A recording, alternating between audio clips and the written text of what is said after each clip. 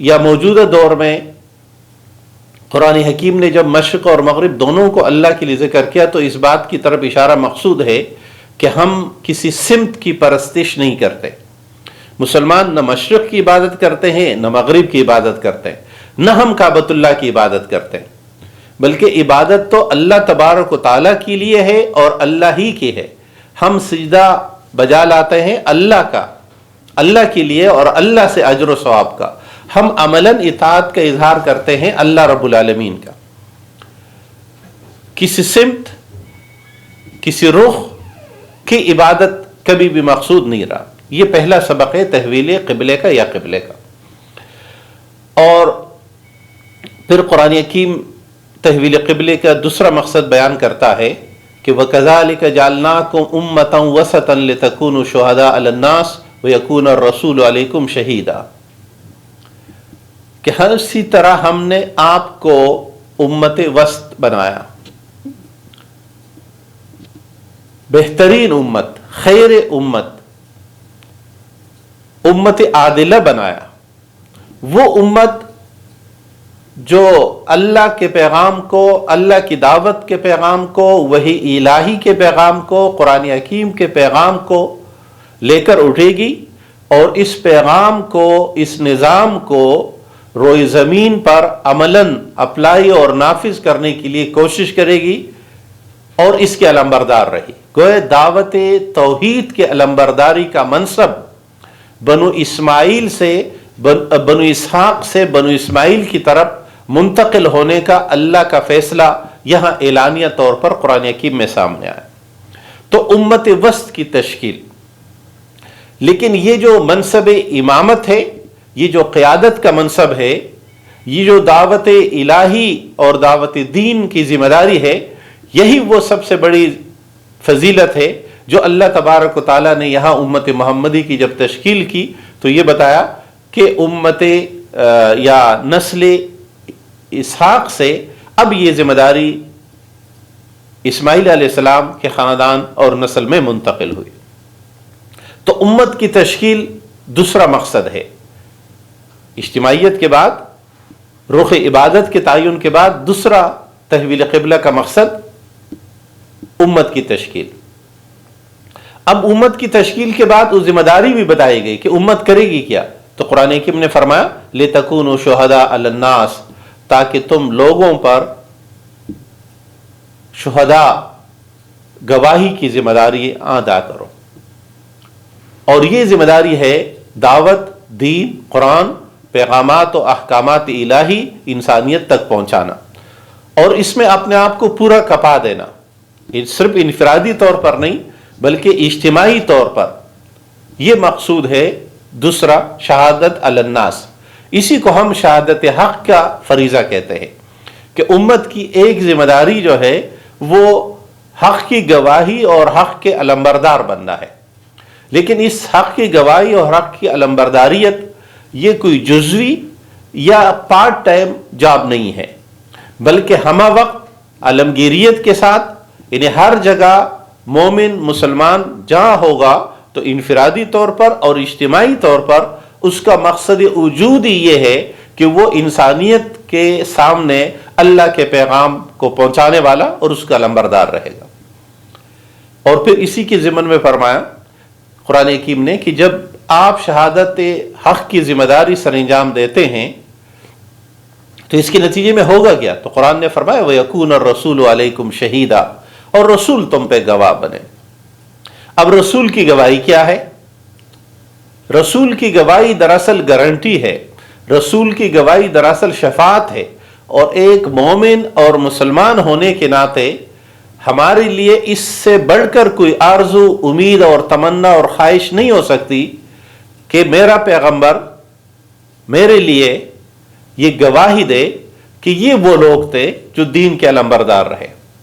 لیکن جب ہم پیغمبر کی شفاعت صلی اللہ علیہ وسلم، پیغمبر کی گواہی کا ذکر کرتے ہیں تو ہم عموماً ہمارا معاشرہ ایک بات سے صرف نظر کر لیتا ہے اور وہ بہت اہم ہے کہ ہم یہ سمجھتے ہیں کہ پیغمبر ایویں بغیر حقائق کو سامنے رکھ کر میری حمایت میں گواہی دیں گے.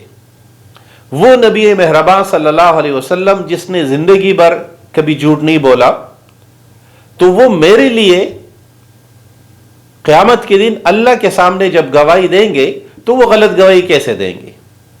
اس لیے پیغمبر کی شفاعت کی آرزو دعا ضرور کرنی چاہیے، لیکن یہ یاد رکھنی ضروری ہے کہ قرآن حکیم پیغمبر کی ایک گواہی ذکر کرتا ہے کہ جب پیغمبر کہہ اٹھیں گے یا رب ان قوم اتخذوا ھذا القرآن مہجورا، کہ اللہ یہ میری وہ قوم ہے، یہ وہ امت کے لوگ ہیں جنہوں نے قرآن حکیم کو پس پش ڈال دیا تھا، قرآن حکیم سے روگردانی اختیار کی تھی، اعراض اختیار کر لیا تھا۔ تو یہ ہمیشہ غور اور سوچ کی بات ہے کہ ہمارے لیے پیغمبر کی گواہی کیا ہوگی۔ جب پیغمبر یکون الرسول علیکم شہیدہ کی ذمہ داری ادا کریں گے تو وہ ہم سچ بولیں گے، درست بات کریں گے، لہٰذا ہمیں شہادت حق کا فریضہ سر انجام دیتے رہنا ہے تاکہ پیغمبر یہی گواہی دے کہ ان لوگوں نے میرے بعد اس پیغام کے علمبردار رہے جو پیغام ہم ان کے لیے پہنچا چکے تھے اور ان کے درمیان چھوڑ چکے تھے۔ قرآن حکیم تحویل قبلہ کا ایک اور مقصد بیان کرتا ہے،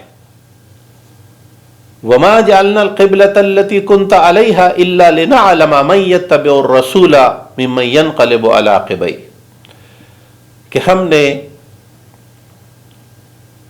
جو پہلے قبلہ بنایا تھا اور پھر ہم نے اسے تبدیل کیا، ہمارا اس سے مقصود کیا تھا؟ إِلَّا لِنَعْلَمَ، ہم یہ واضح کروانا چاہ رہے تھے، یہ بتانا چاہ رہے تھے کہ من یتبع الرسول ممن ینقلب علی عقبیہ، کہ کون رسول کی اتباع کرتا ہے آپ کے ساتھ پلٹ کر۔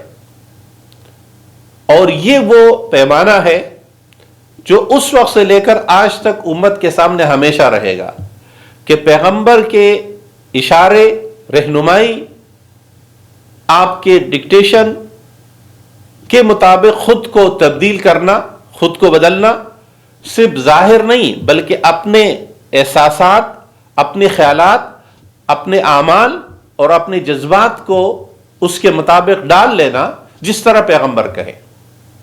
اب یقیناً یہ اولین لوگ تو وہ عظیم صحابہ تھے جو آپ صلی اللہ علیہ وسلم کے پاس بنو سعد کے اس مسجد میں موجود تھے، لیکن یہ پیمانہ بن گیا کہ جب جب کسی بھی مسلمان کے سامنے پیغمبر کا حکم آتا ہے، پیغمبر کی تعلیم آتی ہے، تو اس وقت وہ اپنے آپ کو یا اپنے دانش اور اپنے فہم کو یا اپنے خواہش اور آرزو کو یا اپنی ترجیحات کو ترجیح دیتا ہے، یا پیغمبر کے احکامات و رہنمائی اور سنتوں اور آپ صلی اللہ علیہ وسلم کے عطا کیے ہوئے پہنچائے ہوئے قرآن حکیم کو ترجیح دیتا ہے۔ اگر ترجیح آپ صلی اللہ علیہ وسلم کی تعلیمات ہے تو تب تو گویا ہمارا تعلق آپ صلی اللہ علیہ وسلم پہ ایمان، آپ صلی اللہ علیہ وسلم کے ساتھ وابستگی اور آپ صلی اللہ علیہ وسلم کے نقش قدم پر چلنے کا ہوگا۔ لیکن اگر زندگی کے مختلف موڑ، زندگی کے مختلف ادوار میں ہم اپنی مرضی سے فیصلہ کرتے ہیں اور یہ سمجھتے ہیں کہ نہیں ہم تو آپ تو ہمارے رہنما ہیں اور آپ ہی ہمارے نجات دہندہ ہوں گے، تو آپ سے صرف ظاہری یا جذباتی وابستگی ہی مقصود نہیں ہے بلکہ عمل، خیال اور قول کی وابستگی مطلوب ہے۔ اب قرآن حکیم یہ بھی ارشاد فرماتا ہے وَإِنْ كَانَتْ لَكَبِيرَةً إِلَّا عَلَى الَّذِينَ هَدَى اللَّهُ، کہ اپنے حالات، اپنے احساسات و خیالات سے اس طرح دستبردار ہونا کہ ایک عرصے سے رخ بیت المقدس کی طرف ہے اور حکم اللہ آیا اور فوراً آپ پلٹ گئے، اس طرح کسی بھی موقع پر اللہ اور اس کے رسول کا حکم ملنے کے وقت بدل جانا، حکم کی طرف سر تسلیم خم کر دینا، جس کی طرف قرآن حکیم نے سورہ حجرات میں ارشاد فرمایا یا ایھا الذین آمنوا لا تقدموا بین یدی اللہ ورسولہ، کہ ایمان والوں اللہ اور اس کے رسول سے آگے نہ بڑھو۔ کسی بھی عمل کا یا کسی فعل کا یہاں ذکر نہیں ہے کہ اس فلاں عمل میں، فلاں فعل میں آگے نہیں بڑھو، اور جب بھی فعل کو حذف کر دیا جاتا ہے تو عربی ادب میں اس کا مقصود عمومیت ہوتا ہے. یہاں بھی کسی فعل کا ذکر نہ کر کے مقصود یہ بتانا ہے کہ کسی ایک کام میں نہیں، بلکہ زندگی کے ہر کام میں اللہ اور اس کے رسول کے حکم سے آگے نہ بڑھا جائے، بلکہ وہی دیکھا جائے کہ اللہ اور اس کے رسول کا حکم کیا ہے، اس کے آگے عملاً سر تسلیم خم کر دیا جائے.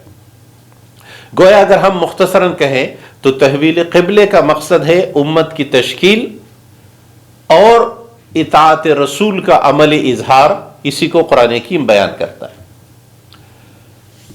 قرآن حکیم سورہ بقرہ اور پارہ نمبر 2 میں دوسرا عنوان اہم بات آیت نمبر 152 میں ارشاد فرماتا ہے 157 تک، جب قرآن حکیم نے فرمایا فَاذْكُرُونِي أَذْكُرُكُمْ وَاشْكُرُوا لِي وَلَا تَكْفُرُونَ یا ایھا الذین آمنوا استعینوا بالصبر والصلاۃ ان اللہ مع الصابرین. اور یہ آیات جو عنوان رکھتے ہیں وہ ہے مومن اور آزمائش. ایک مومن، ایک مسلمان، چاہے وہ مرد ہو یا عورت ہو، وہ اپنی زندگی میں مختلف مراحل سے کبھی خوشی کے لمحات ہوتے ہیں، کبھی غم کے لمحات ہوتے ہیں، کہیں تکلیفیں ہوتی ہے، کہیں آسائشیں اور راحتیں ہوتی ہے. تو ایک مومن کا رویہ ایسے موقع پر کیا ہوگا جب وہ مشکلات کا شکار ہو، جب وہ تکلیفوں کا شکار ہو، یعنی جب وہ آزمائش میں ہو.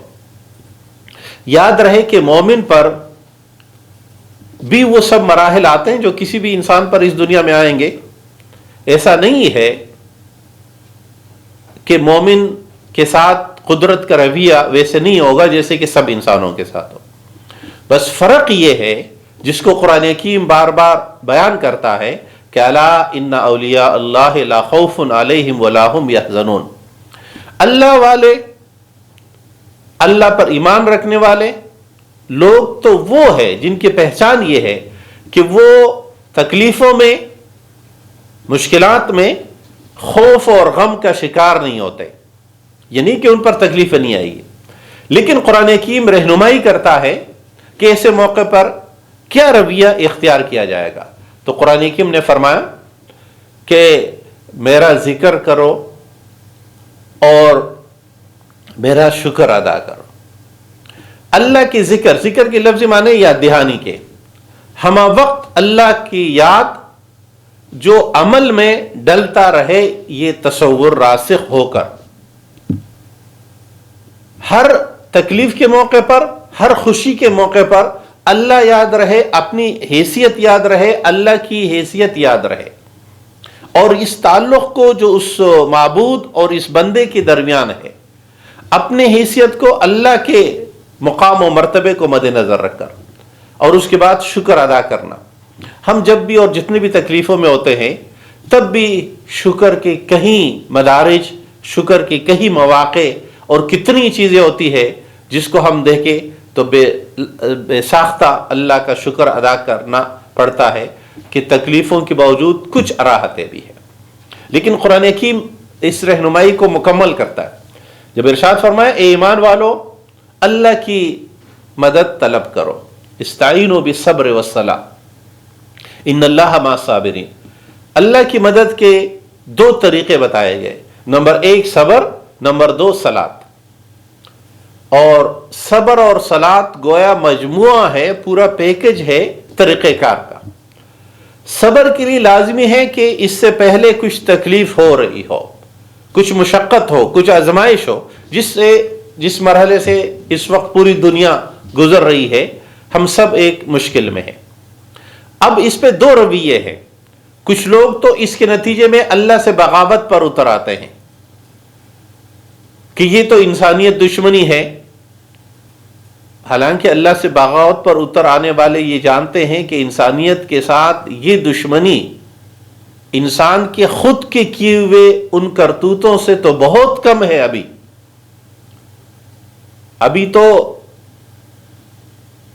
جتنے ریڈ انڈین کو امریکہ میں مارا گیا 10 ملین، ابھی تو اتنے لوگ کورونا سے نہیں مرے ہیں. آسٹریلیا میں جتنے ملینز انسانوں کو قتل کیا خود دنیا کے ترقی یافتہ اور سمجھدار لوگ کہلانے والوں نے جس وحشت و درندگی کا مظاہرہ کیا، اس طرح جنگ عظیم میں جتنے کروڑ انسان مارے گئے، اپاہج ہوئے، اس طرح ابھی تو اللہ نے ایٹم بم نہیں گرائے ہیں، انسانوں نے ایٹم بم گرائے ہیں دوسرے انسانوں پر. تو گوئے انسانوں کی اپنے انسانوں کی تباہی کی کاوشیں اس سے بہت زیادہ ہے جیسے کہ آفات سماوی کے نتیجے میں ہوتے ہیں. لیکن پھر بھی فرق یہ ہے کہ موت تو ہر شخص کو ہر حال میں کہیں نہ کہیں کبھی نہ کبھی آئے گی. ایک مومن مطمئن اس پہ ہوتا ہے کہ ایک تو وہ اس کو اللہ کے حکم سمجھ کر سر تسلیم خم کرتا ہے، ورنہ ابھی تک ہم تقریباً پاکستان میں روزانہ طبی لحاظ سے 5000 لوگ روزانہ وفات پاتے ہیں. یہ تعداد ابھی اس سے بہت کم ہے جتنے کہ کسی بھی آفات سماوی میں روزانہ لوگ وفات پائے. تو اس موقع پر ایک مومن کے لیے ہتھیار ہے صبر، اللہ کے فیصلے پر رضا ہونا، انہیں رضا بالقضاء. نمبر 2 قرآن کی فرماتا ہے والصلاۃ، کہ اللہ کی طرف پلٹنے کے عملی مظہر اختیار کیا جائے، تکلیفوں میں اللہ کی طرف پلٹنا. یہاں یہ بات بڑی عجیب ہے کہ قرآن حکیم تو فرماتا ہے کہ جب بھی تکلیف ہو تو اللہ کی طرف پلٹا جائے، اور اللہ کی طرف پلٹنے کا عنوان یہاں صلاۃ، انہیں نماز اختیار کیا گیا. لیکن دنیا میں اس وقت جو جنگ جاری ہے اس میں اس تکلیف دہ مرحلے میں سب سے زیادہ جو ٹارگٹ کیا جا رہا ہے وہ اللہ کی طرف پلٹنے کے جو عملی مظاہر یا طریقے ہیں. یعنی سب سے زیادہ بات جو کی جاتی ہے چاہے میڈیا میں ہو وہ یہ کہ نمازیں گھر میں پڑھے، نماز کے لیے مسجد نہ جائے، یا مساجد کو بند کیا جائے، یا ہاتھ نہ ملائے جائے. آج تک یہ بات کہیں نہیں کی گئی کہ بھائی بینکوں کو بند کیا جائے اور صرف بینک آؤٹ ڈور سروس دے، اندرونی بینک میں لوگ نہیں آئے، رش لگ جاتا ہے. انہیں بینکوں میں ہر وقت رش جو مستقل 8 گھنٹے رہتا ہے، اس کے مقابلے میں مساجد میں رش تو 5 دفعہ تھوڑی دیر کا رہتا ہے، 10-15 منٹ کے لیے لوگ آتے ہیں. اس طرح ہاتھ ملانے کا جو بہت زیادہ کہا جا رہا ہے کہ جی ہاتھ نہ ملائے، تو کیا ایک دوسرے سے ہاتھ نہ ملانے والے اپنے ہاتھ کہیں بھی استعمال نہیں کرتے؟ گاڑی میں بیٹھتے ہوئے، دروازہ کھولتے ہوئے، گھر کا دروازہ کھولتے ہوئے، یا کہیں بھی جاتے ہوئے، یا نوٹ گنتے ہوئے، یا اخبار پڑھتے ہوئے تو ہم ہاتھ استعمال کرتے. یعنی باقی سب چیزوں میں ہاتھوں کا استعمال ٹھیک ہے، لیکن دوسرے ایک شاعر اسلام کے طور پر کسی سے ہاتھ ملانا یہ درست نہیں. یعنی احتیاطات اپنی جگہ، لیکن احتیاط اور توہم پرستی میں فرق ہے. لیکن دنیا میں ہمیشہ ایسا ہوا ہے کہ توہمات جب بڑی ڈگریوں کے ساتھ وابستہ ہو جائے تو لوگ اسے حقائق اور درست سمجھنا شروع کر دیتے ہیں. تو قرآن حکیم مسائل، مشکلات میں، آزمائشوں میں فارمولہ بتاتا ہے صبر اور اللہ کی طرف پلٹنے کو. پھر قرآن حکیم اس کے فوراً بعد ارشاد فرماتا ہے وَلَنَبْلُوَنَّكُمْ بِشَيْءٍ مِّنَ الْخَوْفِ وَالْجُوعِ وَنَقْصٍ مِّنَ الْأَمْوَالِ وَالْأَنفُسِ وَالثَّمَرَاتِ. ہم تمہیں آزماتے رہیں گے. گویا یہ ہمیشہ سے ہے اور قیامت تک رہے گا. یہ آزمائشیں کن کن چیزوں میں ہوگی؟ خوف، جو انہیں بھوک، جس کی خوف کی بھی مختلف شکلیں. لیکن یہ بات بڑی اہم ہے کہ قرآن حکیم آزمائش کا جو پہلا مرحلہ بتاتا ہے وہ خوف کا ہے، ڈر. اور اس خوف کو ہم سب سے زیادہ اس تکلیف دہ مرحلے میں محسوس کر کہ پورے دنیا کو میڈیا کے ذریعے جس طرح فوراً خوف زدہ کر دیا گیا، اور کتنے لوگ بیماریوں سے زیادہ اس خوف کی وجہ سے پریشان ہو گئے. تو قرآن حکیم نے پہلے خوف کا ذکر، پھر بھوک کا ذکر جو اس کا لازمی نتیجہ ہے، اور نمبر 3 فرمایا وَنَقْصٍ مِّنَ الْأَمْوَالِ، مالوں میں نقصان. اور ہم جانتے ہیں خوف کے بعد غذائی اجناس کے نقصانات اور اس کے بعد اموال کی یا مالی طور پر دنیا میں اس وقت جو اقتصادی بحران آ چکا ہے اور مزید خوفناک حد تک پھیل رہا ہے، اور پھر اس کے بعد والانفس والثمرات کا قرآن حکیم نے ذکر فرمایا۔ ان سب آزمائشوں کی شکلوں کو بیان کرنے کے بعد قرآن حکیم بتاتا ہے کہ نجات پھر کیا ہے، وہ بات دوبارہ دہرا دی، وبشر الصابرین، صبر کرنے والوں کے لیے خوشخبری ہے۔ گویا آؤٹ آف کنٹرول ہو جانا، مایوس ہو جانا اور یہ سمجھنا کہ بھائی یہ تو موت آ جائے گی اور بہت بڑا نقصان ہو جائے گا، حالانکہ موت سے مفر، موت سے بچنے کی کوئی اور امکانات بھی نہیں ہے کہ کوئی شخص اس کی گارنٹی دے دے کہ فلاں شخص کبھی نہیں مرے گا۔ تو موت تو کبھی نہ کبھی آنی ہے، لہذا اس کا اتنا خوف طاری کر دینا کہ موت سے پہلے اپنے آپ کو بیمار کر دینا۔ قرآن حکیم اس صبر کرنے والوں کے لیے جو طریقہ بتاتے ہیں وہ یہ ہے کہ الذین اذا اصابتہم مصیبہ قالوا انا للہ و انا الیہ راجعون۔ یہ پہلا امید کی کرن، اطمینان کا سبق ہے کہ جب مصیبت آتی ہے تو ایمان والے کہتے ہیں انا للہ، ہم اللہ کے لیے ہے، وَإِنَّا إِلَيْهِ رَاجِعُونَ، اور ہم نے اللہ ہی کی طرف پلٹنا ہے۔ یہ پلٹنا چاہے اب ہو، 10 سال بعد ہو، یا کسی کی عمر 1000 سال بھی ہو جائے، تب بھی تو واپسی ہے۔ یعنی جب موت سے کبھی بھی یا کسی کی بھی ایسی کوئی گارنٹی نہیں ہے کہ یہ نہیں مرے گا۔ ایک مشہور واقعہ ہے مہاتما بدھ کا، کہ مہاتما بدھ کے پاس ایک خاتون آئی کہ میرا ایک ہی اکلوتا بیٹا تھا اور وہ مر گیا، تو میرا بیٹا زندہ کرے۔ مہاتما بدھ نے خاتون سے کہا کہ اماں مجھے کسی ایسے گھر کا تیل لا دے جس گھر میں کبھی فوتگی نہ ہوئی ہو، میں آپ کے بیٹے کو اس تیل سے مالش کر کے یا تیل لگا کے زندہ کر دوں۔ خاتون کٹورا لے کر اپنے دستیاب ماحول میں گھر گھر گھوم کے آ گئی، لیکن کسی گھر میں کوئی گھر ایسا نہیں ملا جس میں کوئی فوتگی نہ ہوئی ہو۔ تو خاتون نے تھک کر مہاتما بدھ سے کہا کہ مہاتما مجھے کوئی ایسا گھر نہیں ملا جس میں کوئی فوتگی نہیں ہوئی ہو۔ تو مہاتما نے کہا کہ جب دنیا میں کوئی گھر ایسا نہیں ہے جس میں فوتگی نہ ہوئی ہو، تو آپ کا گھر ایسا کیسے رہ سکتا ہے جس میں فوتگی نہ ہو؟ تو جب ہم سے پہلے ہمارے والدین بزرگ جو وفات پا گئے ہیں یا جن کے زندہ ہے، اللہ ان کو صحت مند زندگی عطا فرمائے، تو ہم سب اس راہ کے راہی ہے۔ لہذا مومن کو اطمینان اس کا ہوتا ہے کہ وہ اللہ کے لیے ہے اور پلٹے گا تو اللہ کی طرف جائے گا۔ اور پھر قرآن حکیم اجر ذکر کرتا ہے، اولئک علیہم صلوات من ربہم ورحمہ، یہی وہ لوگ ہیں جو مشکلات میں صبر کرنے والے ہیں، اللہ کی طرف واپس ہو۔ 2 چیزیں ہیں فارمولا، صبر اور اللہ کی طرف رجوع کرنا۔ ان پر اللہ کی طرف سے رحمتیں ہوگی بے حساب اور بے انتہا مہربانیاں ہوں گی، اولئک ھم المہتدون، اور یہی لوگ ہدایت یافتہ ہے۔ گویا ہر مشکل اور تکالیف میں اس بات کی وضاحت ہو جاتی ہے کہ ہدایت یافتہ کون ہے اور اللہ سے بغاوت کرنے والے کون ہیں۔ قرآن حکیم دوسرے پارے میں تیسری اہم بات وہ آیت بر ہے، اور یہ قرآن حکیم کی ایک طویل آیت ہے 177 نمبر کی، سورہ بقرہ کی، اور اس آیت کو اجمالی طور پر مجموعی لحاظ سے دین کے پورے تعلیمات کا مجموعہ سمجھا جاتا ہے۔ اس لیے ہمارے بہت سارے علماء نے آیت بر پر الگ سے کتابیں لکھی ہے۔ جامع لحاظ سے دین کا پورا خلاصہ اس آیت میں جمع ہے، اور یہی اس آیت کی خوبی ہے۔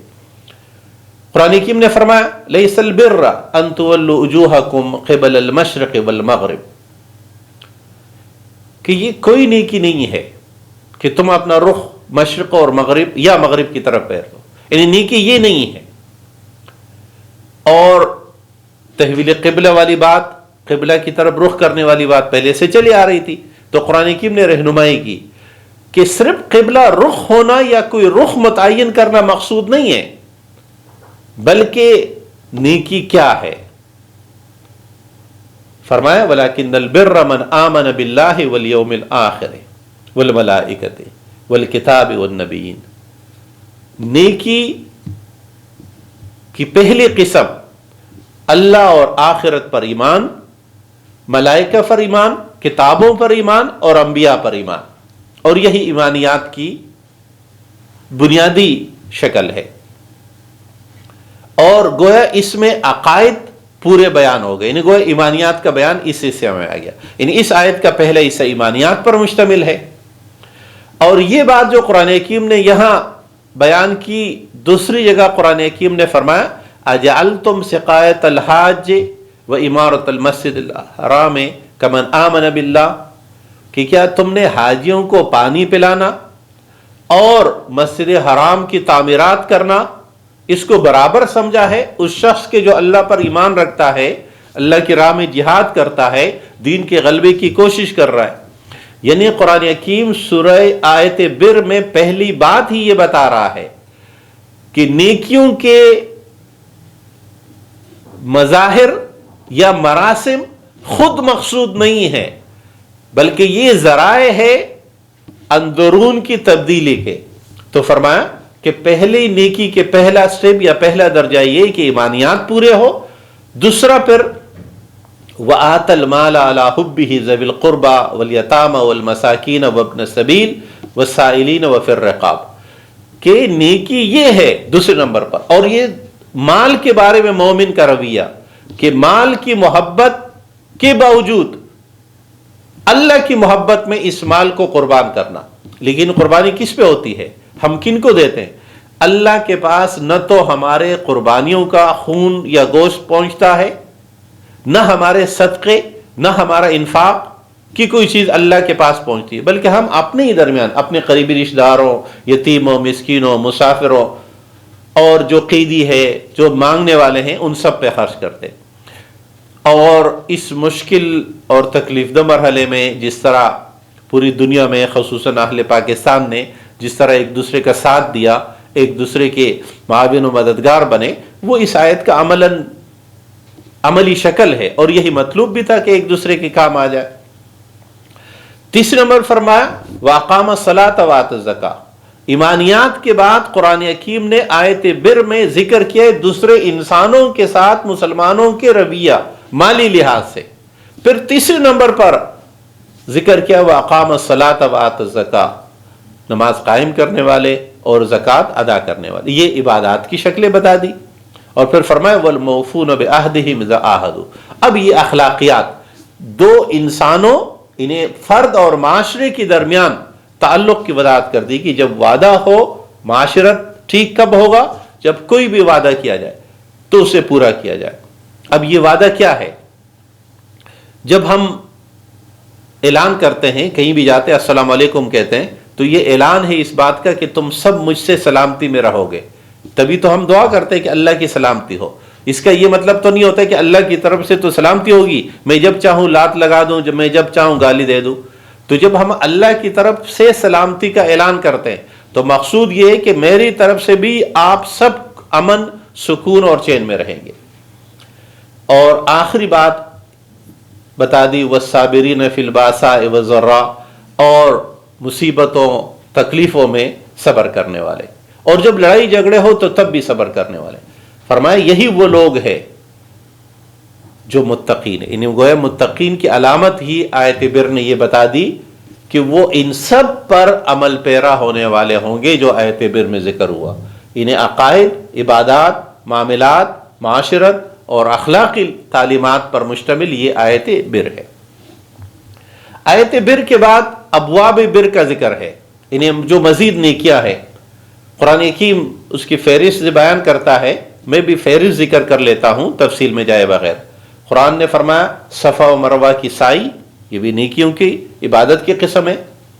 دوسرے نمبر فرمایا مردار، خون، خنزیر کا گوشت اور غیر اللہ کے نام پر نامزد کی ہوئے زندہ چیز ہو یا کوئی اجناس کی شکل میں ہو یہ تمہارے لیے حرام ہے، اور اس حرمت کو تسلیم کرنا۔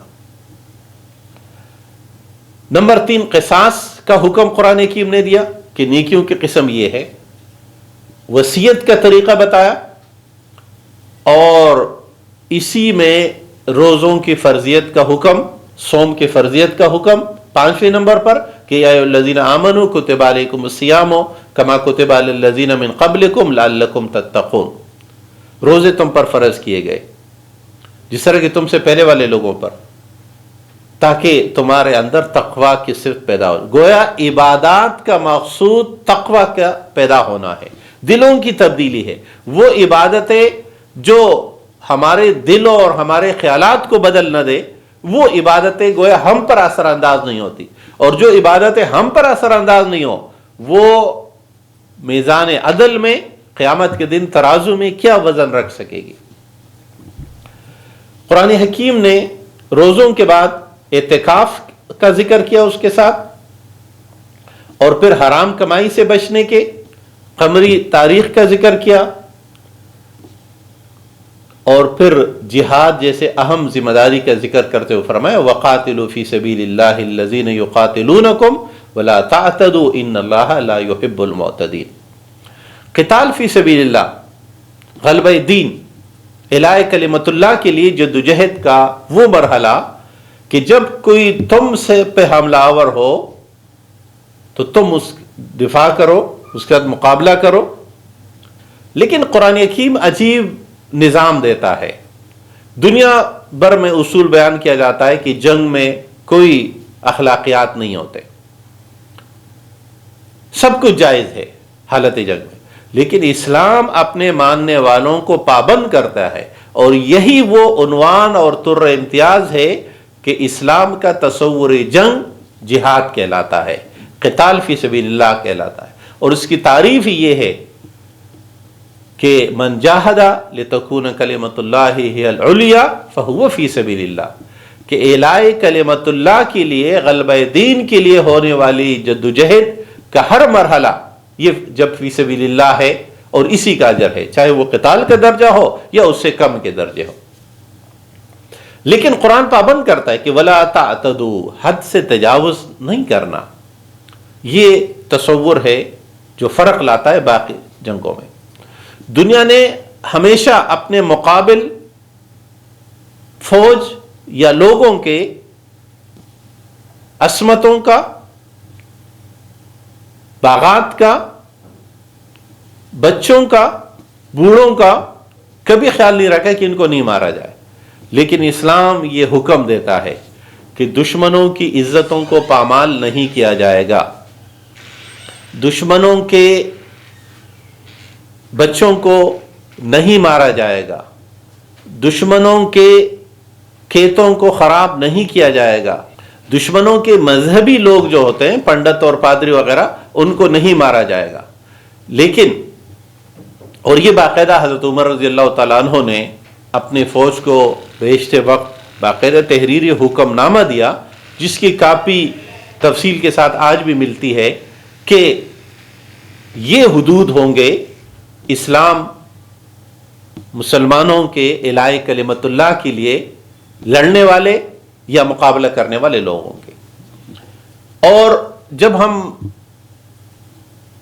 دوسرے پارے میں قتال فی سبیل اللہ کے اس حکم کا ذکر کرتے ہیں تو یہ دوسرا مرحلہ ہے۔ اس سے پہلے قرآن حکیم نے فرمایا اذن للذین، ان لوگوں کو اجازت ہے جن کو مارا گیا، پیٹا گیا، اور کتنے مکے کے 13 سال تک مسلسل ایک دن ایک لمحہ نہیں مستقل تکلیفوں میں رہے، لیکن مسلمانوں نے کبھی ہاتھ نہیں اٹھایا۔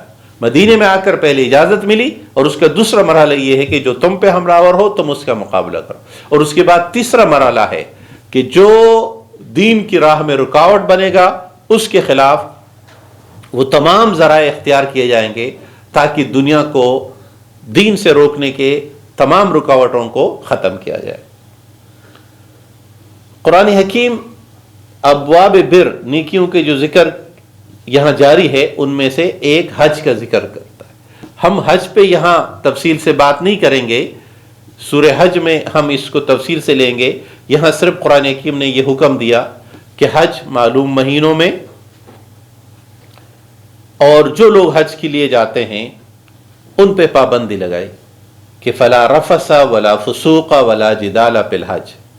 حج کے موقع پر دنیا بھر سے لاکھوں کی تعداد میں مختلف مزاجوں، مختلف عمروں، مختلف زبانوں، مختلف معاشی سٹیٹس کے لوگ، کچھ لوگ جلدی غصہ ہونے والے کچھ دیر سے، اور اتنی زیادہ رش کی وجہ سے ٹکراؤ بھی زیادہ ہوتا ہے، لوگوں کے ایک دوسرے کے ساتھ زبانوں کا بھی بڑا مسئلہ ہے. لہٰذا اس موقع پر اخلاقیات کو ملحوظ خاطر رکھنے کے لیے قرآن حکیم نے فرمایا کہ نہ تو کوئی گناہ کا کام ہوگا، بے حیائی کا کام ہوگا، اور نہ کوئی لڑائی جھگڑا ہوگا. اور یہ تربیت ہے کہ حج کے ان مہینوں میں ہم یہ تربیت حاصل کریں اور پھر واپس جا کر ہم اپنے علاقوں میں بھی اسی طرح رہے جس طرح ہم دوران حج تھے. اس لیے ہم ہمیشہ یہ کہتے ہیں کہ روزہ تربیت ہے، کہ روزہ پورے سال رہے. ہم رکھتے تو ایک مہینہ روزے ہیں لیکن اس کی تربیت پورے سال رہنی چاہیے. اسی طرح ہم حج تو سال میں ایک مرتبہ کرتے لیکن پوری زندگی اس حج جیسی ماحول میں گزارنا، یہی مطلوب اور مقصود ہے. اور پھر قرآن حکیم نے فرمایا وَتَزَوَّدُوا فَإِنَّ خَيْرَ الزَّادِ التَّقْوَىٰ، کہ زاد راہ لے کر چلو. جب تم حج کے لیے جاتے ہو تو درمیان میں بھیک مانگ کر زندگی نہیں گزارنا، بلکہ اپنے لیے زاد راہ. اور اسی سے جو اصول عطا ہوا قرآن حکیم نے دیا وہ یہ ہے کہ جس شخص کے پاس یہاں سے حج کے لیے جانے واپس آنے تک کے اخراجات اور یہاں اپنے گھر کے اخراجات ہو تو یہ استطاعت ہے، اور جس کے پاس یہ ہوں گے تب اس پر حج فرض ہوگا. اگر کسی کی یہ استطاعت نہیں ہے تو حج اس پہ فرض ہی نہیں ہے. ہم بعض دفعہ بڑے حساس ہو جاتے ہیں، بڑے دکھ کا شکار ہوتے ہیں کہ ہمارے پاس استطاعت نہیں ہے حج کرنے کی. تو اگر استطاعت نہیں ہے تو یہ کوئی گناہ نہیں ہے، کوئی غلط گناہ اس وقت ہوگا، اور یہ گناہ کبیرہ ہوگا کہ کسی کے پاس استطاعت ہو اور وہ حج کے لیے نہیں جائے. سال میں سوئٹزرلینڈ، امریکہ اور یورپ کے دورے تو ہوتے رہے، لیکن اگر موقع نہیں ملتا ہے یا نہیں جاتے تو صرف حج کے لیے نہیں جاتے تو یہ گناہ کبیرہ ہے.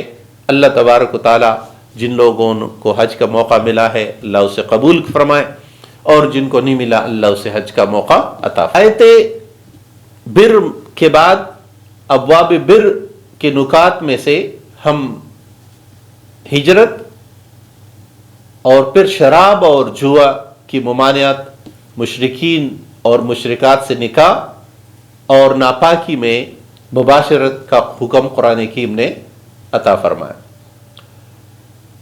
پہلی بات جو سب سے اہم ہے وہ یہ ہے کہ قرآن حکیم نے فرمایا 208 نمبر آیت میں یا ایھا الذین آمنوا ادخلوا فی السلم کافۃ ولا تتبعوا خطوات الشیطان انہ لکم عدو مبین. اے ایمان والو، اسلام میں پورے کے پورے داخل ہو اور شیطان کی نقش قدم کی پیروی نہ کرو، وہ تمہارا کھلا دشمن ہے. یہ آیت دو اہم باتیں ارشاد فرماتا ہے اور یہ بہت وضاحت طلب بھی ہے. نمبر ایک، پہلی بات یہ ہے کہ یہاں کافہ انہیں پورا، یہ صفت بن رہا ہے دخول کے لیے بھی اور اسلام کے لیے بھی. انہیں اسلام میں پورے داخل ہو جاؤ اور انہیں اسلام بھی پورا ہو اور تمہارا دخول بھی پورا ہو. اب اس کی مثال کیا ہے؟ اگر ہم اسلام کی کسی ایک تعلیم کو، اسلام کی کسی ایک حکم کو یا دو تین حکموں کو لے کر یہ سمجھنے رہے کہ یہی پورا اسلام ہے، یہی پورا دین ہے، یعنی مثلا اگر میں اسلام کے نظام صلاۃ، نظام صوم یا نظام حج یا ان میں سے دو یا تین کو لے کر پوری زندگی کو یوں گزارتا رہے کہ میں صرف نمازیں پڑھتا رہوں گا، میں صرف روزے رکھتا رہوں گا، تو اسلام کی تعلیم یہ ہے کہ بھائی صرف یہ دو تین فرائض اور ذمہ داریاں ہی نہیں ہے، پورا دین، پورے اسلام کو اختیار کرنا ضروری ہے.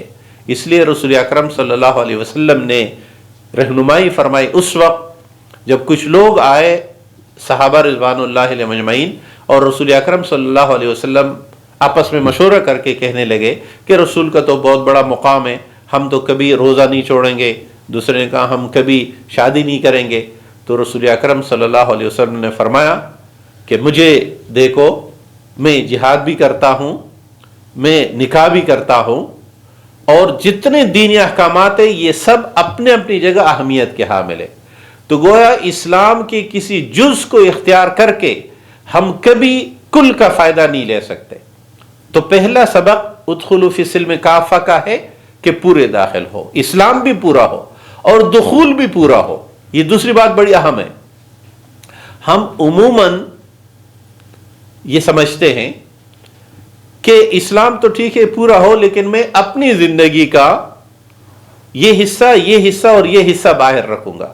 یعنی کبھی تو ہم کہتے ہیں کہ ہم معاشیات اپنی مرضی سے اختیار کریں گے، ہم سیاسیات اپنی مرضی سے اختیار کریں گے، ہم بین الاقوامی قوانین اپنی مرضی سے بنائیں گے، ہم اپنے معاشرے کے لیے ہمارا پارلیمنٹ اپنی مرضی سے قوانین بنائے گا.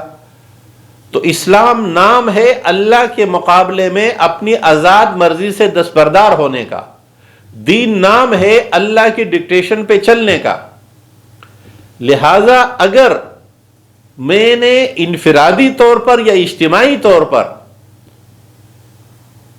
خود یا چند دانشوروں کے ساتھ مل کر اگر میں خود کے لیے قوانین بناتا ہوں یا معاشرے کے لیے بناتا ہوں تو گویا میں ابھی اسلام میں میرا دخول پورا نہیں ہے. نہ صرف نکاح، شادی اور بیاہ کے قوانین، بلکہ معاشرتی اور خاندانوں کے رویے، فرد اور معاشرے کا تعلق، معاشرہ اور فرد کا تعلق، یہ سب پورے کے پورے اسلام کے مطابق ہوں گے تو تب دخول ہمارا اسلام میں پورا ہوگا.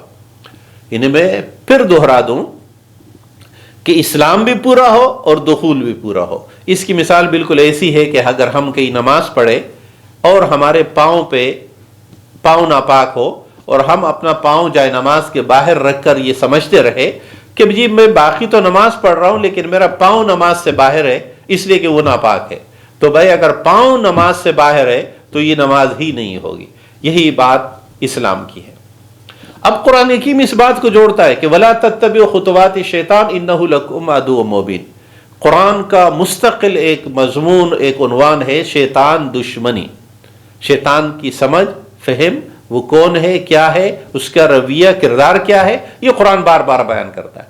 یہاں تک کہ قرآن حکیم فرماتا ہے کہ یہ وہ ہے جس نے تمہارے والدین کو ننگا کیا تھا. دنیا میں یہ بڑی عجیب بات ہے کہ کیا ہم اس شخص سے کبھی خیر یا اچھائی سوچ سکتے ہیں جس کے بارے میں خدا نہ کرے کہ ہمیں یہ معلوم ہو کہ اس نے ہمارے والدین کو ننگا کیا تھا. قرآن حکیم فرماتا ہے کہ تمہارے ابوین کو اس نے ننگا کیا تھا اور یہ تمہارا دشمن ہے. تو شیطان دشمنی انسانی زندگی میں اصلاح کا بہت اہم عنوان ہے. اگر یہ دشمن کے بغیر کوئی تصور ممکن نہیں ہے زندگی گزارنے کا. اب سوال یہ ہے کہ یہ دشمن کیا ہے؟ ہم خاندانی لحاظوں سے ساس بہو کو، بہو ساس کو، یا داماد کو، یا ہم اپنے معاشرے میں اپنے کزن رشتہ داروں کو یا ارد گرد اپنے لوگوں کو اپنے خود ساختہ دشمن بنا لیتے ہیں، جس کے نتیجے میں ہمارا حقیقی دشمن یعنی شیطان کی طرف ہماری دوستی کا ہاتھ بڑھ جاتا ہے. تو دوستی مومن مسلمان رشتہ داروں، خاندان کے لوگ، اپنے ارد گرد کے انسانوں سے، اور دشمنی شیطان سے.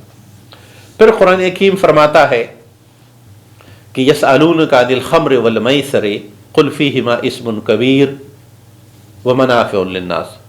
قرآن حکیم شراب اور جوئے کی حرمت کا حکم یہاں دے رہے، اور یہ چونکہ مراحل پر مشتمل ہے. پہلا مرحلے میں قرآن نے شراب کو صرف برا کہا اور جوئے کو کہ اس میں کچھ فائدہ بھی ہوتا ہے.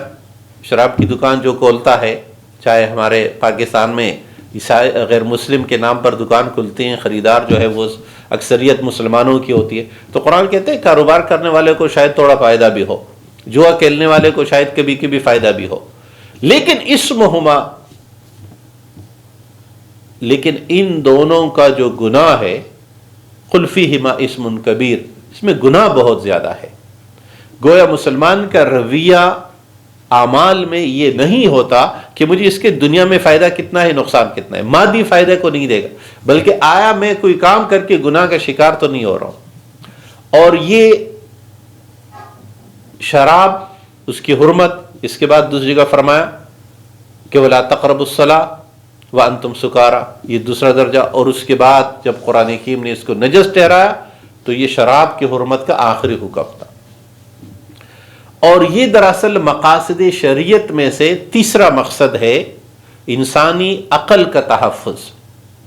ہم 5 مقاصد شریعت میں سے تیسرا مقصد ہے عقل کا تحفظ، اور یہ وہ مقصد شریعت ہے جس میں دنیا اسلام سے اختلاف بھی رکھتی ہے اور یہ سمجھتی ہے کہ نہیں، نشے تو ہمارے تہذیبی علامتیں ہیں، نشے تو ہمارے اس وقت دنیا میں شراب کا کتنا بڑا کاروبار ہے، جوئے کا کتنا بڑا کاروبار ہے، اگر اسے ہٹایا جائے تو کتنا نقصان ہوگا۔ قرآن حکیم فرماتا ہے یہ انسانیت کے لیے نقصان دہ ہے۔ اس لیے اقبال نے کہا تھا کہ رانائی تعمیر میں، رونق میں، صفا میں، گرجوں سے کہیں بڑھ کے ہے بینکوں کی عمارات۔ گرجوں کی عمارات مدم خالی پڑتی جا رہی ہے، بینکوں کی عمارات آباد ہے۔ ہمارے ہاں بھی یہ ہو رہا ہے کہ مسجدیں تو بند کر دو لیکن بینک کھلے رہیں گے۔ دراصل سرمایہ دارانہ نظام بینک کے بغیر نہیں چل پاتا، اس لیے کیپٹلزم بینک اور میڈیا پہ کبھی بھی کمپرومائز نہیں کرے گا۔ کمپرومائز ہوگا تو تعلیمی اداروں پر کہ بند کر دو، پارک بند کر دو، مساجد بند کر دو، لیکن یہ باقی نہیں۔ تو اقبال کہتے ہیں کہ ظاہر میں تجارت ہے، حقیقت میں جوا، سود ایک کا لاکھوں کے لیے مرگ مفاجات، انہیں ایک کا تو فائدہ ہو جاتا ہے، باقی جوئے میں ہار جاتے ہیں۔ تو اس لیے کہا یہ علم، یہ حکمت، یہ تدبر، یہ حکومت، سرمایہ دار نظام کی جتنے سرمایہ دارانہ علمیت، سرمایہ دارانہ حکمت، سرمایہ دارانہ تدبر، سرمایہ دارانہ یعنی کیپٹلسٹ ریاست، یہ کیا ہے؟ پیتے ہیں لہو، دیتے ہیں تعلیم مساوات۔ اور پھر اس کو مزید واضح کرتے ہوئے فرمایا بیکاری و عریانی و میخاری و افلاس، کیا کم ہے فرنگی مدنیت کے فتوحات۔ یعنی یہ جو مغربی تہذیب ہے، یہ جو فرنگی تہذیب ہے، اس میں ملے گی 3 چیزیں۔ بیکاری، ہماری تمام جتنی سائنسی ترقی یا جو کچھ ہوا اس کے نتیجے میں کیا؟ بے روزگاری بڑھ جائے گی۔ وہ عریانی، فحاشی بڑھ جائے گی۔ وہ میخاری، وہ افلاس، یعنی ایک طرف تو فراوانی ہوگی نشوں کی، ایک طرف تو مہینے کے بجائے 15 یا ویکنڈ پہ سیرلی ملے گی، اور اس لیے ملے گی کہ ویکنڈ کے جو 2 دن ہے اس میں وہ سب خرچ ہو۔ اس کے نتیجے میں افلاس، غریب غریب تر اور امیر امیر تر ہوتا جائے، یہ اس نظام کی ہوگی۔ اس لیے اقبال نے کہا ہے دل کے لیے موت، مشینوں کی حکومت، احساس مروت کو کچل دیتے ہیں آلات، کب ڈوبے گا سرمایہ پرستی کا سفینہ، دنیا ہے تیری منتظر روز مکافات۔ اس دن کا انتظار ہے۔ یقیناً سرمایہ دارانہ نظام کا اس وقت جو دنیا پہ کنٹرول اور ہولڈ ہے، یہ بہت آسانی سے تو ختم نہیں ہونے والا ہے، لیکن عظیم ہے وہ لوگ جو اس نظام کو سمجھتے ہیں اور اس نظام کے مقابلے میں اس نظام کے لیے کوشاں ہے جو اسلام کی ابدی اور انسانیت کے لیے مفید قوانین پر مشتمل ہے۔ قرآن حکیم ابواب بر میں آخری بات جو مقصود ہے وہ ہے مشرکین سے نکاح۔ خاندانی نظام میں اسلام نے ایک اصول دیا کہ مشرک مردوں سے مسلمان خواتین نکاح نہیں کرے اور مسلمان مرد مشرک خواتین سے نکاح نہیں کرے، اگرچہ ان میں فوائد ہو، اگرچہ ان میں ترقی کی گنجائش ہو۔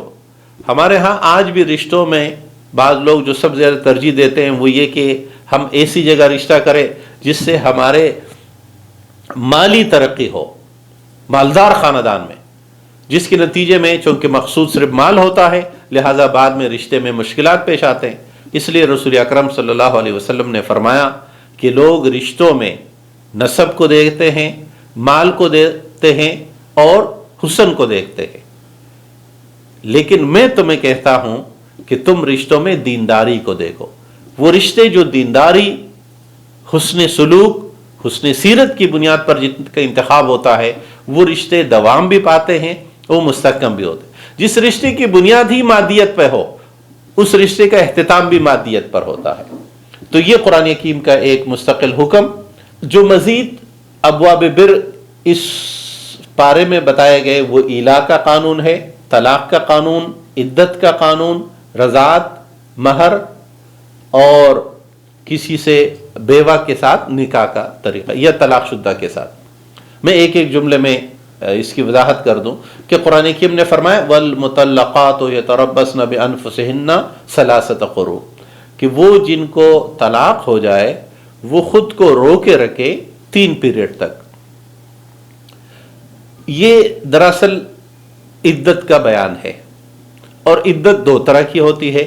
ایک عدت ہے جب کسی کا شوہر فوت ہو جائے، اور ایک عدت ہے جب کسی کو طلاق ہو۔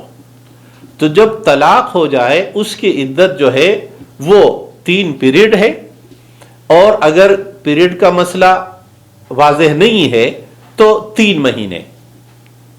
اور آگے چل کر قرآن حکیم دوسری عدت کا ذکر کرتا ہے کہ جن کے شوہر وفات پا جائے وہ 4 مہینے اور 10 دن تک انتظار کریں گے۔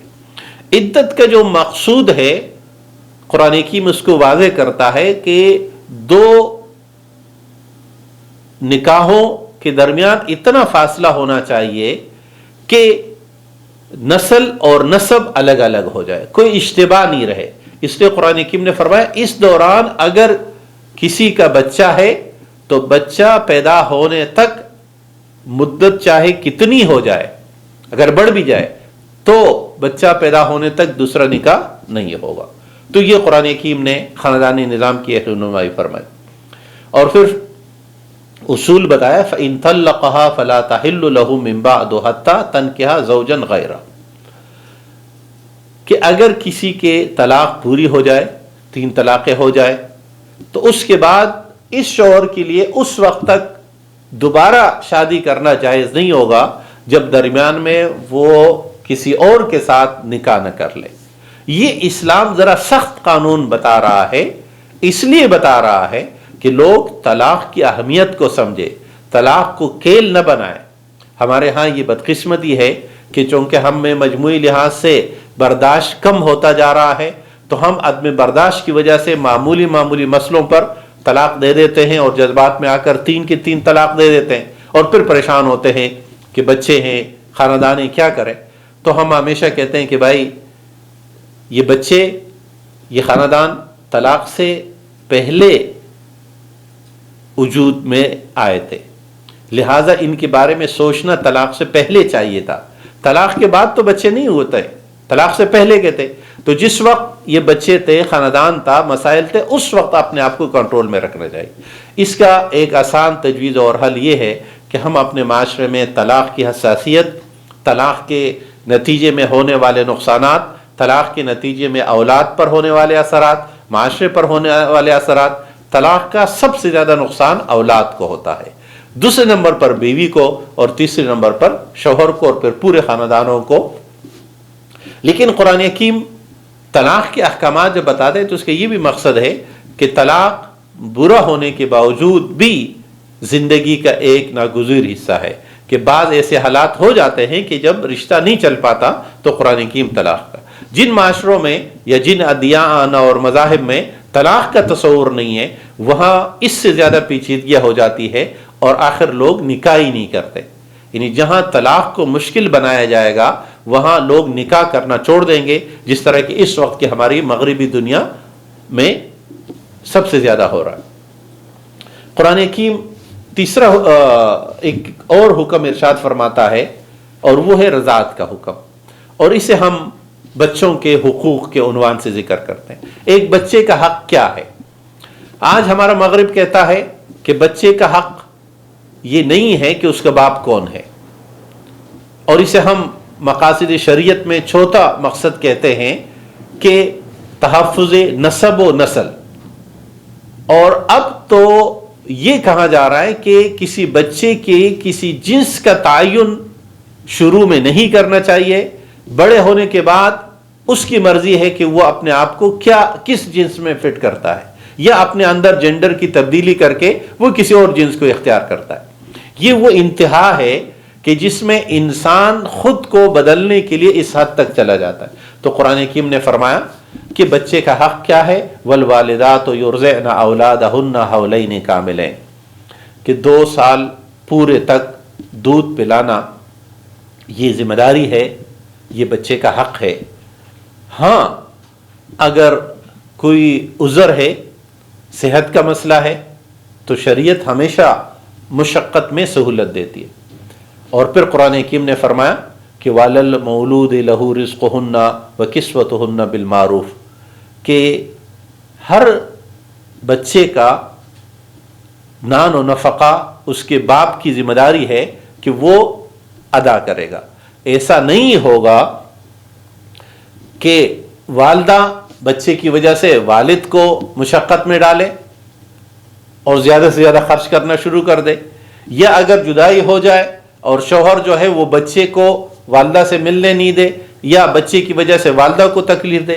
قرآن حکیم دونوں کو یہ حکم دیتا ہے کہ بچہ دونوں کی ذمہ داری ہے، دونوں اپنی ذمہ داریاں پوری کریں گے تو بچے کی تربیت بھی ہوگی، بچے کی صحت اور تمام امور کا خیال رکھا جائے گا۔ اس لیے جب میاں بیوی کے تعلقات خراب ہوتے ہیں تو اس کے سب سے زیادہ نقصانات بچے کے لیے ہوتے ہیں۔ اس لیے شیطان کے بارے میں جو تعلیم ہے کہ سب سے زیادہ شیطان کب خوش ہوتا ہے، اسے ایک حدیث میں شیطان کے چھوٹے چھوٹے شیطان جب بڑے شیطان کو رپورٹ کرتے ہیں تو کوئی کہتا ہے کہ میں نے بچے کو سبق پڑھنے سے روک دیا، کوئی کہتا ہے میں نے بچے کو گالی سکھا دی وغیرہ اس طرح۔ لیکن جب کوئی کہتا ہے کہ میں نے دو میاں بیوی کے درمیان رخنہ اندازی کر دی تو شیطان آگے بڑھ کر اسے گلے لگاتا ہے کہ اصل کام تم نے یہ کیا، اس لیے کہ اس کے نتیجے میں پھر بچے کی اخلاقی تربیت نہیں ہو پاتی تو بچے بے راہ ہو جاتے ہیں، خاندان بکھر جاتا ہے۔ اس لیے والدین کو ہمیشہ اپنے تعلقات ٹھیک رکھنے چاہیے اور انہی ٹھیک تعلقات کے اثرات اپنے اولاد کی طرف منتقل کرنے چاہیے، دینی لحاظ سے بھی، اخلاقی لحاظ سے بھی، تعلیمی لحاظ سے بھی، تربیت کے لحاظ سے بھی، تاکہ معاشرہ بہترین افراد پر مشتمل رہے۔ ہم سورہ بقرہ پارہ نمبر 2 کے اہم مضامین لے رہے ہیں، تو تیسرا اہم مضمون ہے دوسرے پارے میں کہ موت کا خوف طاری ہو جاتا ہے۔ اس میں قرآن حکیم کی رہنمائی کیا ہے؟ قرآن حکیم ایک مثال ذکر کرتا ہے آیت نمبر 243 میں، الم تری الی الذین خرجوا من دیارہم وہم الوف حذر الموت، کیا ان لوگوں کا آپ نے نہیں پڑھا، نہیں دیکھا، نہیں سنا، نہیں سمجھا جو ہزاروں کی تعداد میں نکلے گئے، اور ان کی نکلنے کی وجہ کیا تھی؟ موت کا خوف، موت سے فرار کہ ہم بچ جائیں۔ فقال لهم اللہ موتوا، تو اللہ نے کہا، فیصلہ دیا، حکم دیا کہ مر جاؤ۔ اور موت حکم الہی کا، روح انسان کے ساتھ قرآن حکیم فرماتا ہے کہ روح کیا ہے؟ تو فرمایا روح امر ربی کا نام ہے، اور یہی امر ربی جب بچڑنے کا آتا ہے تو روح بدن سے نکل جاتی ہے۔ اجزاء عناصر کے مجموعہ اور اس کا بکھر جانا، اور یہ موت مومن کے لیے تو ایک مرحلہ ہے، یا جنت میں جانے میں رکاوٹ جو ہے وہ موت ہے، موت کا یہ مرحلہ۔ افسوس اس وقت ہوگا کہ، یا سوچ کی بات یہ ہوگی، غور و فکر کی، کہ موت کے بعد میں جنت جا رہا ہوں یا نہیں جا سکتا، یہ اصل مرحلہ ہے۔ یہ کوئی دکھ کی بات نہیں ہے کہ موت ہو یا موت نہیں ہے یا کب ہوگی۔ تو قرآن حکیم نے فرمایا، اور اس واقعے کی تفصیلات پھر سورہ مائدہ کے چوتھے رکوع میں ہیں، کہ لوگ اللہ کے بنی اسرائیل موسیٰ علیہ السلام کے حکم کے مطابق اللہ کے لیے اٹھ کھڑے ہونے کے بجائے موت کے خوف سے بھاگنے لگے، تو موت تو ہر حال میں آنی تھی۔ اللہ نے ان کو فلسطین میں داخل ہونے سے روکا رکھا، یہاں تک کہ دوسری نسل پیدا ہوئی جو آزادی اور حریت کی فضا میں، ماحول میں پڑی بلی تھی، اور انہوں نے ہی پھر فتح حاصل کی۔ تو قرآن حکیم نے موت کا خوف اور موت کے خوف سے بھاگ جانا، اور یہ سمجھنا کہ ہم احکام خداوندی سے فرار اختیار کر کے موت سے بچ جائیں گے؟ تو قرآن حکیم فرماتا ہے ایسا ممکن نہیں ہے۔ اللہ تبارک و تعالیٰ نے سورہ بقرہ کے دوسرے رکوع میں چوتھا اہم واقعہ جو بیان کیا ہے وہ طالوت کا واقعہ ہے، اور 247 آیت میں فرمایا وقال لهم نبیہم ان اللہ قد بعث لکم طالوت ملکا۔ نبی نے کہا، جب قوم نے کہا ہمارا حکمران ہونا چاہیے، تو نبی نے کہا کہ اللہ نے طالوت کو تمہارا ذمہ دار مقرر کیا ہے، حکمران مقرر کیا ہے۔ اب قوم کا رویہ کیا ہے؟ قوم کہنے لگی قالوا انا یکون له الملک علینا، یہ ہمارا حکمران کیسے ہو سکتا ہے؟ یہاں اب اسلام کا تصور حکمرانی اور دنیا کا تصور حکمرانی، چاہے وہ رومنس امپائر کا ہو، چاہے وہ گریک امپائرز کا ہو، یا اس سے پہلے کے ہو، اور اس کے مقابلے میں اسلام کا تصور حکمرانی پہلے بھی اور اب بھی۔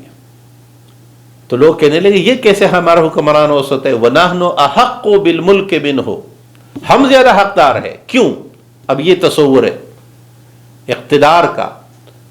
وَلَمْ يُؤْتَ سَعَةً مِّنَ الْمَالِ، اس کے پاس تو تھوڑا سا بھی کچھ نہیں ہے، یہ مالدار نہیں ہے۔ اقتدار کے لیے کرپشن ضروری اس فارمولے کے تحت ہوتا ہے، اور یہ موجودہ جمہوریت ڈیموکریسی کا بھی لازمی حصہ ہے کہ پیسے کے بغیر سیاست نہیں ہو سکتی، لہذا پیسے پہلے کمانا ہوگا۔ گویا ہمارا فارمولا یہ لوگ جب کہہ رہے تھے تب بھی اور آج بھی یہ ہے کہ سیاست کے لیے پیسہ اور پھر سیاست کے ذریعے پیسہ، یہ ایک سرکل ہے جس میں ہماری پوری دنیا اس وقت گھری ہوئی۔ تو لوگوں کا پہلے اعتراض یہ تھا اللہ کے فیصلے پر کہ بھئی طالوت کے پاس پیسہ نہیں ہے، تو اللہ نبی وقت میں نے فرمایا قال ان اللہ اصطفاہ علیکم، بھائی پہلی بات تو یہ ہے کہ اس کا انتخاب اللہ نے کیا ہے، لہذا تمہارا کوئی آبجیکشن قابل غور نہیں۔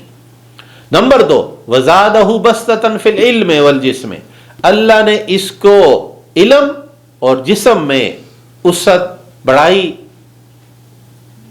اور صلاحیت عطا کی ہے۔